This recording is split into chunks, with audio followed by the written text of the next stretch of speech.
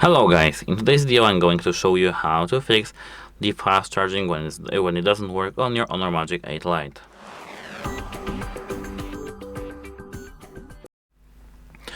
So the first thing that I recommend checking is your charging port. It's right here.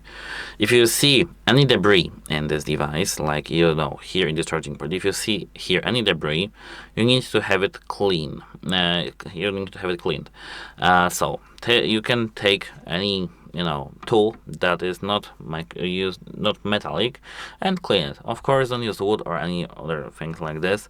Use some brushes, etc. Non-metallic, of course, to clean this charging port. Apart from that, check your cable and your charger for damage and compatibility. If you have your cable damaged or charger power brick, power adapter as someone calls it, your phone won't use full power. It's because it will be just a protection of your device.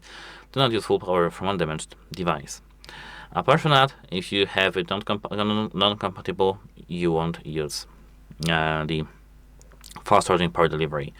Check if your device supports the fast PD, fast power delivery, and it will be, I think, 3.0. And if it does, that's nice. We'll need to move to the next step. Try charging your device with another fast charger or outlet. If you do so and it works, that's nice.